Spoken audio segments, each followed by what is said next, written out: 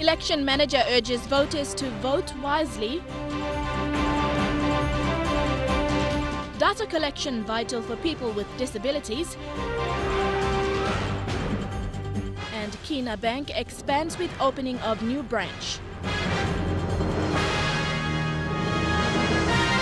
This is National EMTV News with Helen Sayer. Good evening and thank you for joining me for Wednesday's news. The election manager in Western Highlands says there won't be any extra ballot papers issued for the national general election. Philip Talapi is urging voters and supporters of candidates to vote wisely and to take care of their ballot boxes. He said there are a limited number of rolls available for candidates to collect. Talapi says the ballot papers will be given according to rolls collected in each council wards. Those who missed out on the common roll update will not vote, as there won't be any extra ballot papers for them to vote.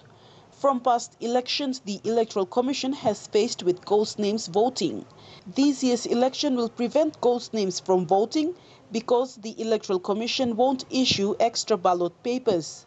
Talapi urged the voters and supporters to take good care of the papers or they have to wait for 5 years to vote again. Ballot paper by come up legally, you got we got 3 black boxes. Then candidate post by guiding on voters local place voting so that Bangla placing was side of polling booth, polling compartment so that by looking now by making candidate. Talapi said EC has given them 50,000 kina to run the 2017 general election. The provincial government has given them 500,000 kina, and Hagen Open MP William Duma has given them 250,000 kina to run election in his electorate only. Talapi said they are on target for polling and counting. However, materials are still coming into the province and the office is still looking for a central location to put them. The Election Steering Committee is also in discussion to select a location to do counting apart from Kimininga Police Barracks. All materials, come of time, especially training. So by this week or next week, we plan to look some more materials in. Then our containers by control lays with the materials, so we should be okay. Meanwhile, 21 candidates stood for Western Highlands regional seat, from which 2 were women. 18 each for Tambul Nebilia and Mulbaya Lumusa open seats, 13 candidates for Hagen Central, and 27 candidates stood for Day Open, from which 1 is a woman. The province will cast its vote on July 4th. Vasinata Yama, National EMTV News, Mount Hagen. The Electoral Commission office in Southern Highlands will be employing 490 polling officials. Provincial Election Manager David Wakias says the provincial office is currently conducting recruitments. Southern Highlands will have 470 polling venues. However, in areas where there are more voters, there will be 2 polling teams deployed. Mr. Wakias said so far the first 2 weeks of campaigning was quiet and peaceful. 2 candidates have passed on since the nominations for the 2017 national general elections began. Former Goroka Open MP Matthias Ijape and a former Kumuls player in the 80s, Kes Paglipare, who nominated for Kagwa Irave in Southern Highlands. Electoral Commissioner Patilias Gamato said he will be consulting the law to see what process to take after a nominated candidate is deceased before polling and counting. A total number of 3,148 people who have nominated. Straight after the nomination, I think 2 have passed on. 2 have passed on, so I'll have to consult the laws in relation to those people who have nominated, and after nomination they passed on. I think there is a provision that also caters for that, so I'll see that and then later release a full statement. Simbu Election Manager Reverend Tom Sine says the Common Roll update was successfully conducted in Simbu. Voters whose names were not on the Common Roll had submitted their names and other details for processing. Simbu will have an estimated 300 polling venues. However, Reverend Sine says those venues are yet to be identified.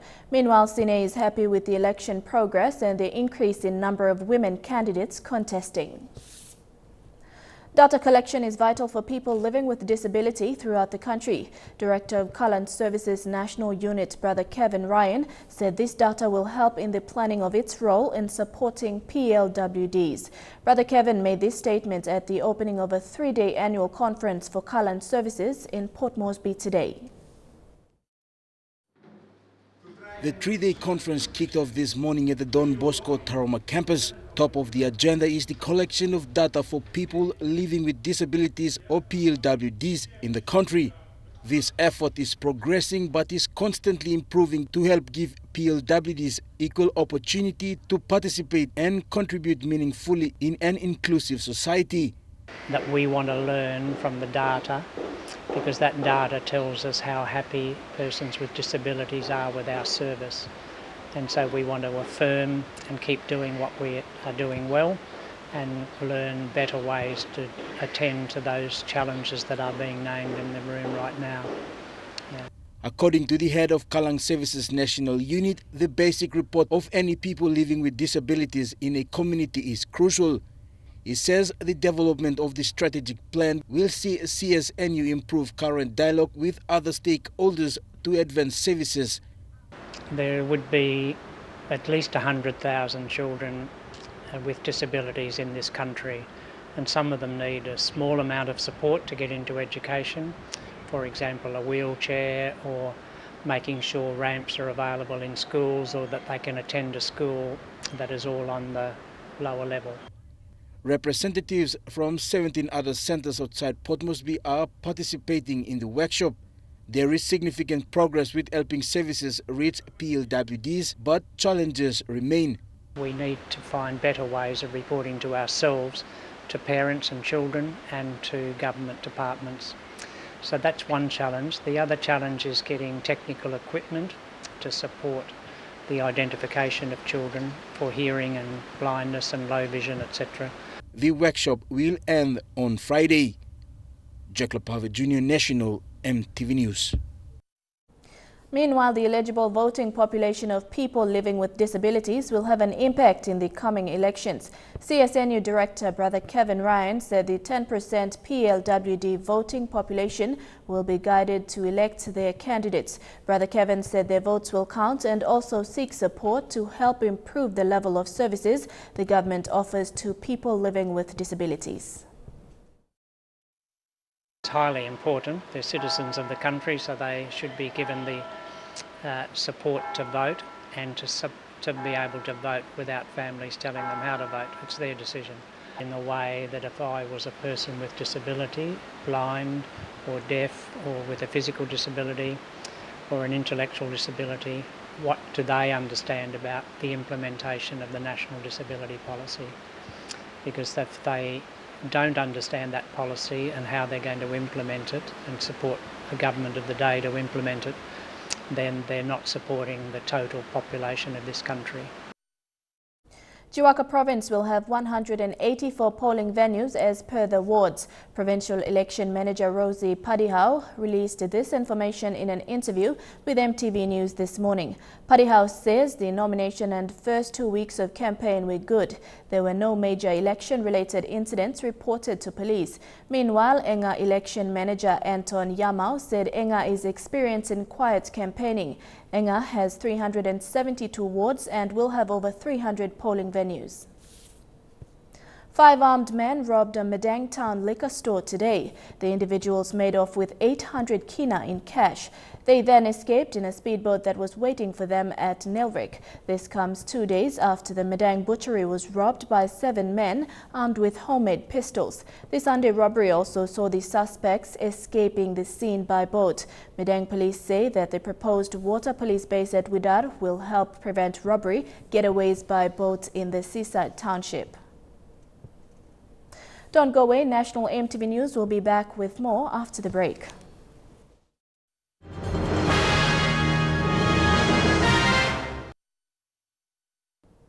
Welcome back. Kina Bank opened its new branch at the Vision City Mall in Port Moresby today. Kina's Chief Executive Officer Sid Yates said the launch of this new branch highlights Kina's ongoing commitment to PNG and its people. He said the branch was designed with their customers' needs in mind. The new branch was officially opened by Prime Minister Peter O'Neill in a small ceremony, which was also witnessed by the Governor of the Bank of PNG, Loy Bakani, Chairman of Kina Board, Sir Rabi Namalu, and members of the Kina Board and staff. Kina CEO Sid Yates said it was important for the bank to deepen its presence within its customer base, encouraging one-on-one interaction with its customers. Kina's vision is for prosperous customers and communities, underpinned by progressive, accessible financial services. This new branch is aligned with this vision. Kina Bank is Papua New Guinea's fourth largest bank. Central Bank Governor Loy Bakani said Kina is enabling the wider PNG population to have access to financial services. Kina Bank is positioning itself to be a growing and dynamic and strong fourth bank in the country. I'm pleased also to acknowledge the work of the board and management in ensuring the structure of Kina Bank Limited, its policies and process are reflective of its vision and values of providing relevant and competitive products and services to its customers. Prime Minister O'Neill said traditional Papua New Guineans are dealing with a dramatic change in the face of a modern economy.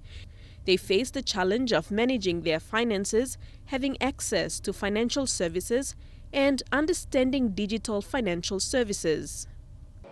That is why it is important that private sector and governments continue to provide strong support to our people and our communities right across the country. Kina Bank's continued commitment in supporting our customers managing their money and their finances is an important step in this direction. The new Kina Bank branch also has an easy loan and wealth management desk with 15 staff to serve customers. Kina Board Chairman Sir Rabi Namalu said the bank has plans to expand further. Since the Prime Minister made reference to it, but we do intend to set up branches in other parts of Papua New Guinea. Sir Rabi also announced that Kina will have a new board chairman. Sir Rabi will be replaced by Ezekiel Taureka, who joined the Kina board as non-executive director in 2016. Taureka was an executive director at Interoil Corporation and previously held a number of roles under Chevron Corporation. Deli Waigeno, National, EMTV News. NASFund Contributors Savings and Loan Society Limited, or NCSL, has opened its membership to non-NASFund members. This comes after members at yesterday's annual general meeting agreed to amend a clause from NCSL's rules that limited membership of the society to members of NASFund only. The change is expected to boost membership growth for NCSL that already has over 85,000 contributors.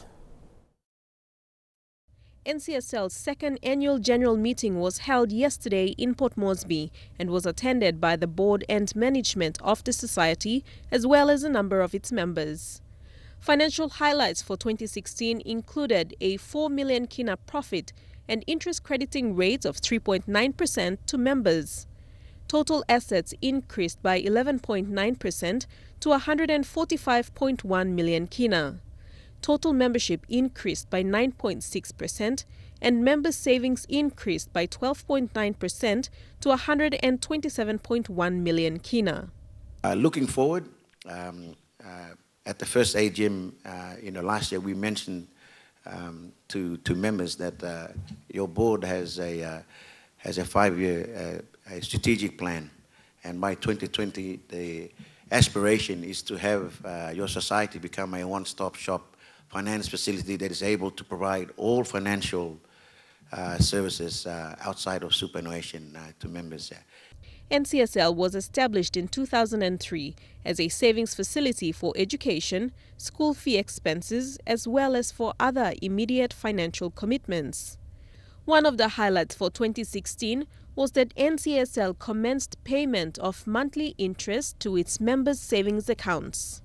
We are hoping that now that we're paying monthly interest to our members, we're hoping that the members leave their savings a lot longer.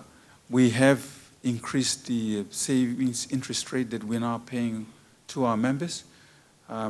It's a guaranteed return of 3%, which would be paid on a monthly basis, and we will top that up at the end of the financial year.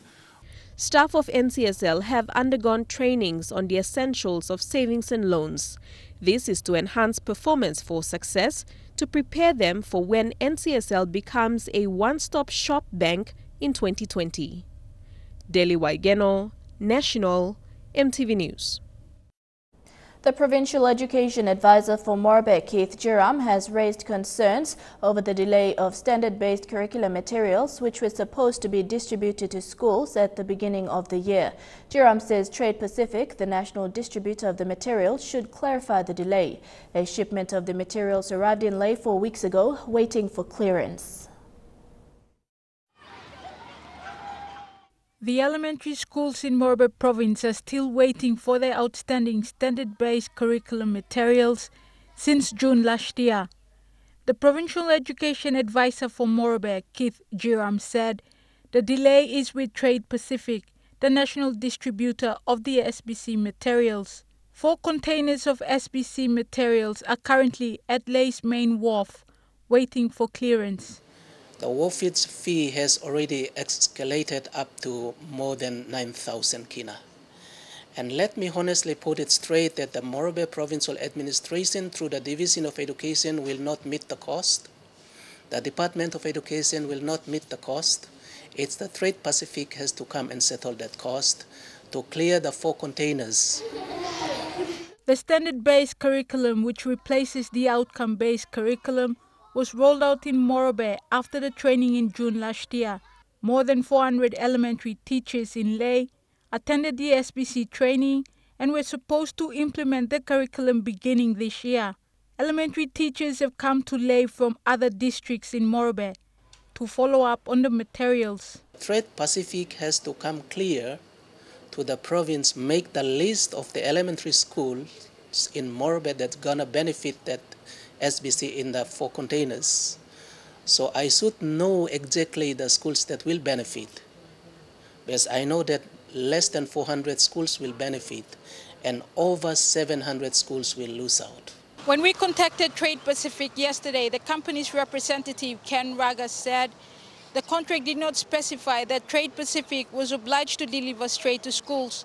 He also stated that there was a delay due to wharfage clearance and the materials are being moved to the Education Office for the elementary schools to pick up. Julie Badui Owa, National EMTV News, Lae. The Poultry Industries Association has called for public support to identify illegal chicken imports from Southeast Asia currently sold in shops. Industry representatives said the frozen chicken imports, believed to be from Malaysia and Indonesia, pose serious health to people and the chicken industry. For an industry that processes more than 14 million birds a year, any avian disease that enters the country could mean the total devastation of the industry. The impact would also put pressure on PNG's struggling health system and kill small-scale enterprises.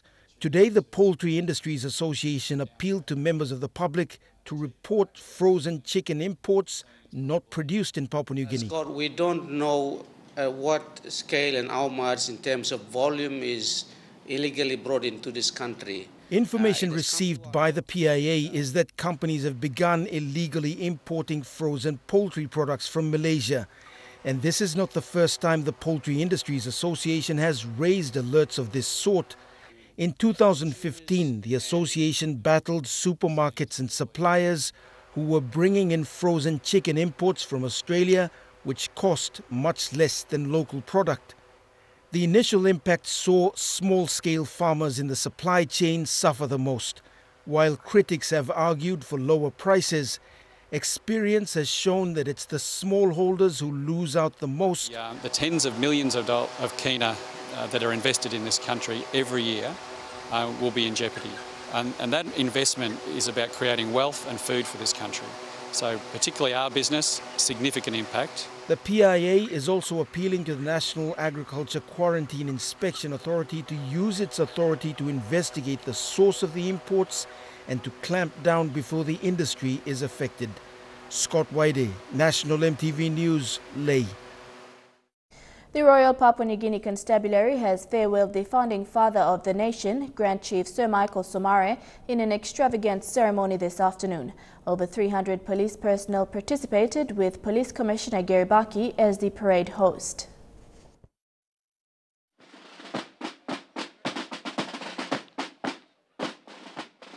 Police personnel who dressed up in their ceremonial wear marched into the parade ground and took their positions. Grand Chief Sir Michael Somare was escorted into the parade ground and was given the general salute. Parade host and Police Commissioner Gary Baki later invited the Grand Chief to inspect the parade.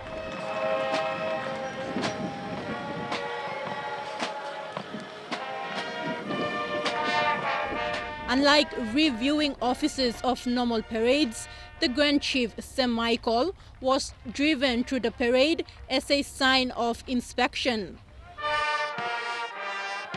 Following the inspection, the officers marched past the Grand Chief in slow and fast motions. In his address, Police Commissioner Gary Baki thanked Sir Michael for his contribution in obtaining independence for Papua New Guinea. Baki said the parade was hosted to recognize and acknowledge Sir Michael's contribution in leading Papua New Guinea since independence. You are a very special man in our life and history, and we feel that at least this is the least we can do. You have set standards. As a leader, you have shown both on personal and professional level. Integrity, you are a man of integrity. Humility, your feet were still firm, planted on ground despite half of your century in politics and public life. In response, Sir Michael described the parade as a wonderful way of farewelling him from his political duties. Sir Michael, who was the son of a police officer, also encouraged those who participated in the parade to take pride in their duties. To every policeman and the women in this country, I urge you to take pride in your work, which is done with real conviction and real service to the community. I want to remind you that my father, Ludwig Sana, was a policeman.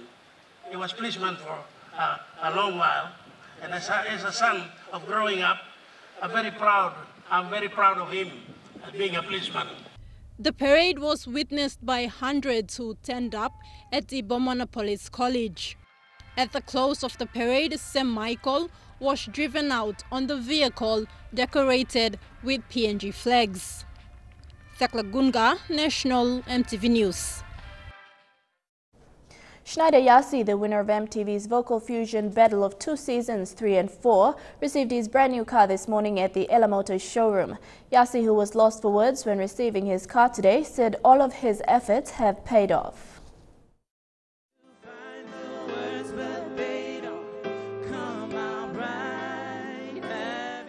Schneider Yassi, who put on an exceptional performance against other talented performers, was announced the winner of MTV's Vocal Fusion Battle of the Seasons 3 and 4 on Sunday night at the Cosmopolitan. Congratulations, Schneider Yassi! Schneider has won himself an all-new generation Toyota Hilux single cab, two-wheel drive, 2.5-liter turbo diesel engine with aircon. It's a surreal feeling, like I didn't think it would happen, but it has, and I'm still trying to sink it all in. Everyone's been like, congratulations, congratulations, and I'm like, thanks, thank you. I need time to digest everything by myself, but at all, it's been overwhelming. Okay, I want to say big thank you, shout out to all my family and friends in PNG, those who are relentlessly voting, watching, and always just encouraging me to keep pushing for every performance. Thank you guys so much. The 25-year-old from Kagua, Southern Highlands, was ecstatic this morning in receiving the keys to his new generation Toyota Hilux single cab valued at 92,400 Kina. The car was presented by Vocal Fusion's grand final prize sponsors, Ella Motors.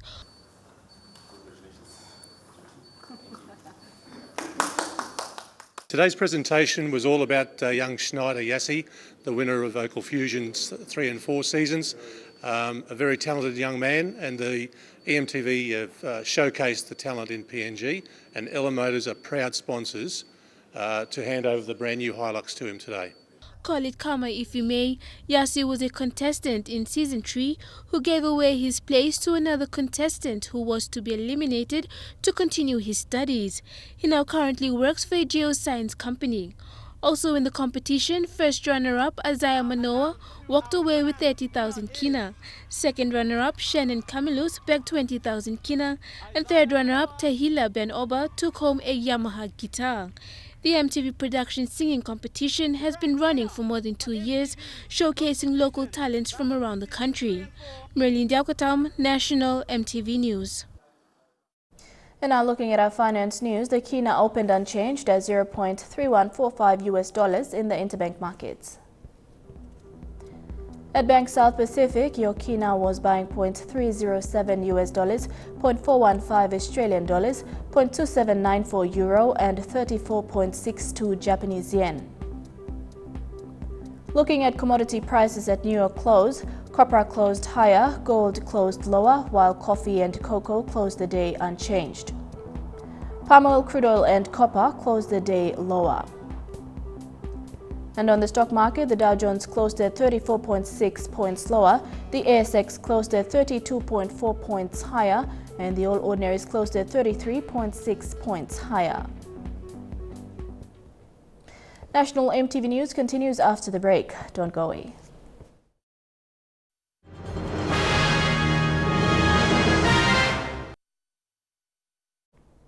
Welcome back to the news. Papua New Guinea is preparing for the APEC summit amid concerns raised about terrorism. In March, APEC Executive Director Dr. Alan Bollard has raised the concern. Yesterday, the PNG Defence said they are prepared for the meeting. Bethany Herman with this report. Papua New Guinea hosting the APEC meeting in Port Moresby has raised concerns about terrorism. Yesterday, a meeting in Port Moresby to give a security update. 21 presidents and prime ministers will be in Port Moresby in 2018. The Royal Papua New Guinea Constabulary and the PNGDF will be looking after world leaders. Colonel Diro says the military is ready for the meeting. We are now shaping the high-end military capability that our partners have offered to assist us with. That's what we will be shaping, to provide the necessary assistance to the police to provide safety and security for APEC. And now that it's also now being supported by the Act of Parliament, that gives rise to the fact that I am now the commander of the Joint Task Force.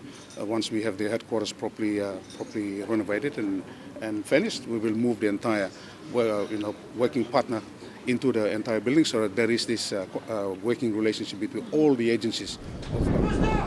But there is ongoing concerns about terrorism and how the Papua New Guinea Defence Force will handle that. And at the same time, also ensuring the infrastructure is available, the security is all there and so on. You hear a lot. In March, APAC Executive Director Dr. Alan Bollard about Leaders Week at the end of the year, when we hope the leaders from all the APEC region will come together and will give us some direction and will agree. Papua New Guinea won't handle APEC security alone. The country will be getting help from New Zealand and Australia. Australian taxpayers will bankroll over 100 million Kina. The Australian government was advised to help its closest friend and ally to avoid China getting involved. The United States administration is also involved behind the scene, providing tactical training. Bethany Harriman, National MTV News. Turning overseas, U.S. Secretary of State Rex Tillerson has arrived in Moscow for talks under tensions over the chemical weapons attack in Syria. His aim is to pressure Russians to support Syrian President Bashar al-Assad. America's top diplomat arriving in Moscow doesn't accept this is mission impossible. Rex Tillerson still hopes he can somehow persuade the Russians to ditch Syria's President Assad. And he isn't mincing his words. Moscow, he said earlier, bears a heavy responsibility after last week's chemical attack. It is unclear whether Russia failed to take this obligation seriously or Russia has been incompetent. But this distinction doesn't much matter to the dead. Russia's President Vladimir Putin is sending mixed signals, meeting the Italian president today, but he's still talking up the risk of confrontation, saying he had information America was planning further strikes on Syria. We have information from various sources that similar provocations, I can't call them any differently, are being prepared in other parts of Syria too, including the southern suburbs of Damascus, where they're preparing to release some sort of substance again. Moscow and Washington do seem to agree on one thing about last week's gas attack, that there should be a full investigation. But there's plenty of room to dispute who carries it out and when and how. And the G7 meeting in Italy of America's allies ended today without giving Rex Tillerson much of a stick to carry to Moscow. Ministers failed to agree any threat of future targeted sanctions on top Russian and Syrian military officials. The last family photo in Italy for America and her allies was not quite as happy as the hawks in this lineup would have liked. Rich and rare mineral deposits have been discovered near Atlantic Ocean near Carney Islands during an underwater expedition. But debate around whether it should be mined is ongoing, as the natural elements found are vital for creating renewable energy resources. Deep in the Atlantic, a remotely controlled arm grabs a chunk of the seabed. The rocks look pretty ordinary, but in a surprising revelation, it turns out they're laden with some of the most precious minerals on the planet. And they discovered that an underwater mountain not far from Tenerife is entirely covered in a highly unusual crust. It's made up of rocks that are unlike anything seen on dry land. What's astonishing about these rocks brought up from deep underwater is how incredibly rich they are in valuable minerals, especially the kind of things needed for renewable energy, which raises a really difficult question. If the world's going to go green, we may have to start mining rocks like these from the deep ocean. Analysis reveals what are called rare earth elements, which are used in wind turbines, and a substance called tellurium. Tellurium is used in a type of highly efficient solar panel. The element is hard to extract on land, but far greater concentrations of it have been found in rocks underwater. Nothing comes without a cost. So if we need these green energy supplies, then we need the raw materials to make the devices that will produce the energy. One mining company has already built giant robotic machines ready to advance over the seabed, breaking it up to get at the rocks. We're on the brink of mines opening deep underwater. So how damaging will this underwater mining be? The British expedition did an experiment, pumping out huge volumes of dust to mimic the effects of mining. One fear is that plumes of dust could kill sea life for miles around. The first gay men to be tried under Sharia law in Indonesia's Aceh province could face 100 lashes if they are convicted. Human rights campaigners say public caning amounts to torture, and the case is making international headlines on the province's controversial bylaws. A gang of neighbourhood vigilantes have just broken down the door of a young man's home in the city of Banda Aceh, where being gay is illegal. The vigilantes are self-appointed enforcers of Aceh's Sharia code. Gay sex has been illegal in Aceh since 2014 and is punishable with up to 100 strokes of the cane. But until now, no cases have gone to trial.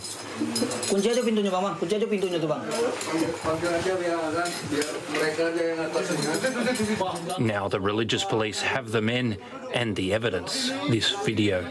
They've already spent almost 2 weeks in detention. If convicted, they'll be caned in a public ceremony like this one, filmed by the ABC last year. This 18-year-old girl was jailed for several months and received 9 strokes for being alone in a room with her boyfriend. Killing is a torture. Simply, it is torture because it creates bodily harm. Human rights groups have asked Indonesia's president to intervene. Intervention is extremely unlikely. Aceh was given the right to make its own laws under a deal to end a civil war there. The men from Aceh have now been charged and will face trial within weeks. Back home and now to the story of a medevac nurse who has become part of recent rescues in isolated parts of Morbe, Eastern Highlands and Simbu. Sitong Pindek from Nawai district of Morbe works with Manalos Aviation, the Leh-based helicopter company that has become synonymous with medevacs in Morbe. Pindek says each medevac gives her the inspiration to go further. Since joining Manalos Aviation, Pendek Sitong has attended to nearly every medevac that the helicopter company has been called to. She's rescued shark bite victims, burn patients and women with birth complications.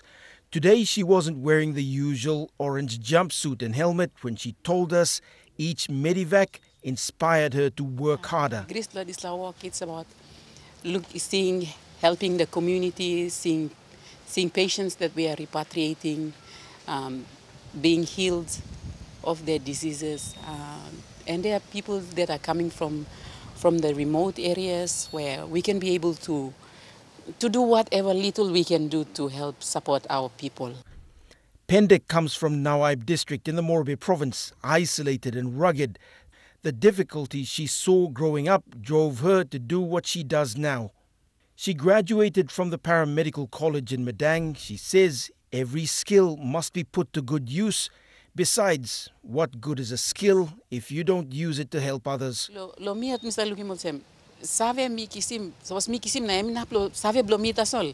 What good plan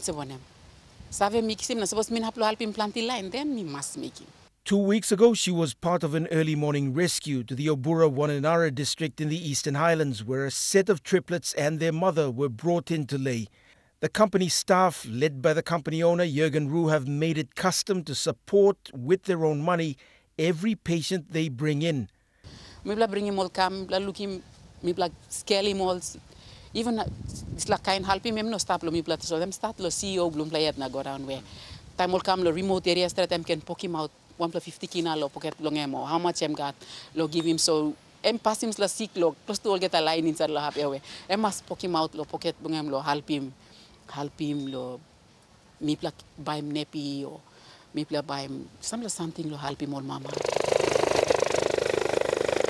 As the interview ended, another patient was brought in by chopper, a mother who suffered complications after birth. As the politicians promise basic services to voters and seek to present themselves as heroes and saviors of the people, the real heroes literally save lives every day. Scott Waide, National EMTV News, Leh. Chukai Sports is up next. Stay tuned for details.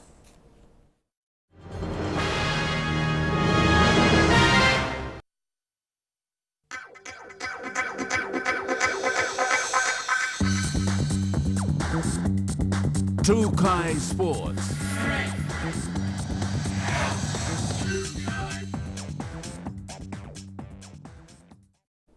Welcome to Chukai Sports.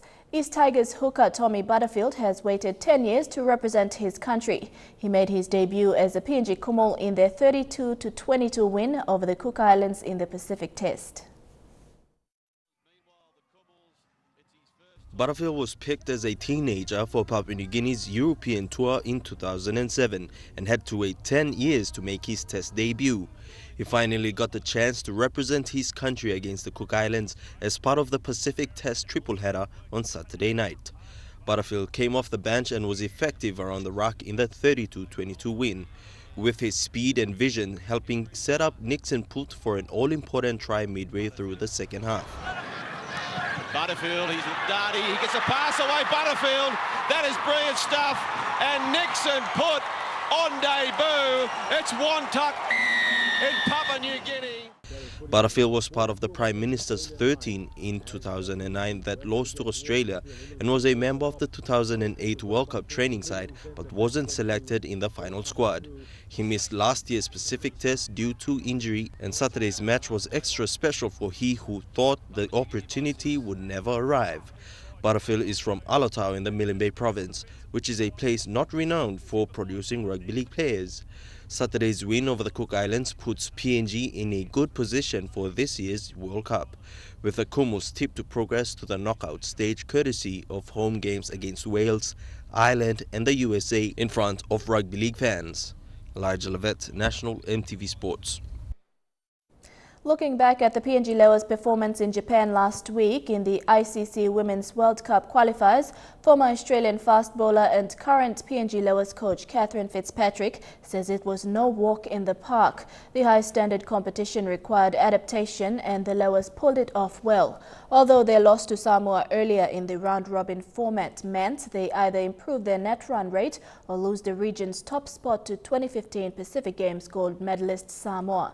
And with much conviction to keep the World Cup in sight, the Leo's 6-wicket victory in the decider against Samoa came as a statement of why they are the best in the region. Now with the World Cup only months away, the coach says improvement areas include fitness levels and their ability to recover from matches. PNG AFL Development Program New Kick today received a cheque of 9,660 Kina from NCDC. The support will see PNG AFL work closely with NCDC's Street Kids program to disseminate information on children's rights. NCDC Manager for Social Services Kila Dick today presented a cheque of 9,660 Kina to PNG AFL New Kick Development Program. The partnership between PNG AFL and NCDC was established in early 2014, and today's presentation of the funds was to extend that partnership and support towards the AFL development programs. Kila said the reason why NCDC partnered with PNG AFL was that their program was targeting similar age groups, and by using AFL they could address issues such as car trafficking, stealing, selling items on roads and other unwanted behaviors. In terms of supporting young kids, and New Kick coming on board as one of our sports in supporting is a very important one and a very good one, because we want to help young kids, go through a path where we think they can be able to excel in sports. NCDC Youth Coordinator Rex Puka said New Kick program will run alongside NCDC's Street Kids program for children living within the city limits, a program that targets homeless children who are street vendors. In 2014, NCDC and PNG AFL Development Program visited ATS and 8 Mile area to show how children could play AFL and also to disseminate information on rights of the children. AFL Development Manager for Southern Region Joe McGill says AFL PNG is looking forward to working to identify communities to be part of the New Kick program. Very supportive of the program for the kids, because like we said, everything happens from the kids. If they start learning the right things in the beginning, it will go a long way for them. While the New Kick Development Program is looking forward to visiting a school in Tubuseria Village, the Street Kids program with NCDC will commence this month in various areas within the city. These locations include Fisherman Island, Pari Village, Konedobu and Morata 4. Godwin Eki, National EMTV Sports. Water polo will be included as an exhibition sport during the 2018 Oceania Swimming Championships. Meanwhile, the FINA World Aquatics Day is set for the 1st of July and registrations are now open for training sessions as of May 13th. Individuals interested to participate in the FINA World Aquatics Day and the water polo exhibition match are to make themselves available at the Tarama Aquatic Pool. True Guy Sports continues after the break. Stay with us.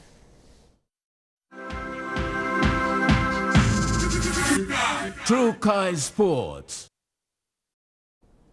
Welcome back to True Guy Sports. To sailing, the 2017 Scale Rise Three Peaks race is setting up to be an exciting spectacle of stamina and endurance this Saturday at the Royal Papua Yacht Club. The Three Peaks race is famous in Port Moresby, combining sailing, swimming and running in a one-day event. With a significant increase in participant number this year, the Three Peaks race is set to excite people in the nation's capital who'd prefer to spend their weekend by the sea with friends and family. Event coordinator and captain sail Simon Anderson said the purpose of this event was to encourage sailing in PNG. Get more people out on the water, and especially young Papua New Guineans, to encourage them to get involved with the cadet program. The crews and runners will meet at the RPYC at 9 a.m. this Saturday for a briefing before the race starts at 11 a.m. About 60 crew on the boats, so there'll be 100 sailing and running. We have to use volunteers for the timekeeping. There's around about 20 of those, and then there'll be another 20 yacht club staff. All up, we're 120 to 140. We're expecting that will be involved with the running and the participation.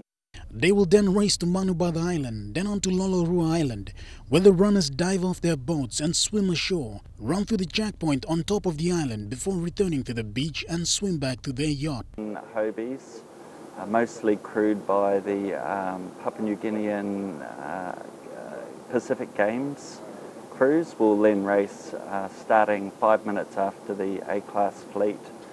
They will go much faster. They'll overtake the A-class fleet. They'll be back. Once crossing the finishing line, the final leg of the race will see runners leap ashore to the marina loading dock, then out of the RPYC and commence a grueling run up the Burns Peak summit before heading down to RPYC boat shed to finish off in front of an awaiting spectators. Year on year, we've actually really picked up, as I think I mentioned last year. This year's been fantastic with a response of over 100 competing competitors in the event, and also 20-30 volunteers plus the sponsors. Thanks to overwhelming support by corporate houses this year, all participating boats will receive consolation prizes. Some great sponsors on board this year for the SCEL 2017 Three Peaks race, which we're very excited about. Of course, we have SP Export and International Exo Noble. We also have Paradise Beverages and Puma Energy, of course, which are assisting in making this very successful event and the largest yacht race in Papua New Guinea come to life. The information about this event is available at RPYC website for all athletes, sailors or volunteers and timekeepers who'd want to get involved in a great day of teamwork and camaraderie. Shane Saroya, National EMTV Sports. Still on sailing, the future of the Code of Sailing is on a positive path, according to Royal Papua Yacht Club manager Aaron Batts, who outlined his plans to introduce different divisions in sailing, with the cadets program currently available for youths from all walks of life. Papua Yacht Club has obviously outlaid substantial capital to try and develop the youth of Papua New Guinea and of course our members. We're doing that in two strands in the sailing division. As we speak at the moment, we have Hobie Waves coming in, which are the trainee modules for the Hobie Cats. We have a very successful cadetship program, as Simon Captain Sale just touched on before. And we've also got some J24s that are coming up, which again is all for the encouragement of sailing, promoting water activities and obviously promoting our fantastic club as well. And that ends Trukai Sports. The weather details after the break. Trukai Sports.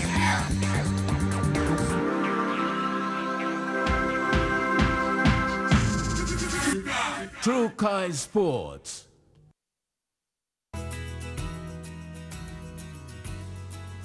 Looking at the weather forecast for tonight and tomorrow in the southern region only, partly cloudy in Port Moresby and Popondetta, mostly fun in Daru and Alotau, and becoming cloudy with chance of few showers in Kerema.